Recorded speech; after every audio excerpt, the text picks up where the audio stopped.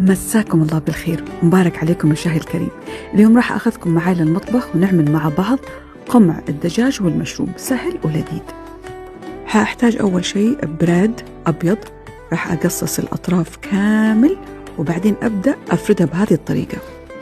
وللخلطة بصل مقطع صغار راح أحمره، وراح أضيف عليه ثوم حسب الرغبة طبعا، وراح أضيف زبدة وفوقها زيت زيتون، وراح يكون عندي رشة فلفل أسود ومشروم مقطع صغار راح أضيفه عليه وأقلبه.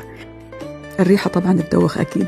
هنا عندي صدور دجاج سلقتها مع مطيبات عربية وقطعتها صغار، أضفتها على المشروم والبصل، شوية بهارات دجاج، شوية أوريغانو يعطي كده نكهة إيطالية حلوة، وملح إلها ملاية، وجبنة موزاريلا مبشورة.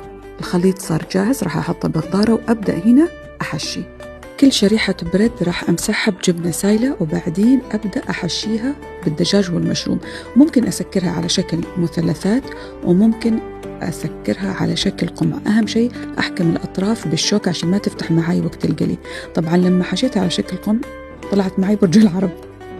حشيت كل البريد وأبدأ الآن أغمسه مع بيض بالفلفل الأسود وبالبقسماط، وكده يكون صار جاهز للقلي.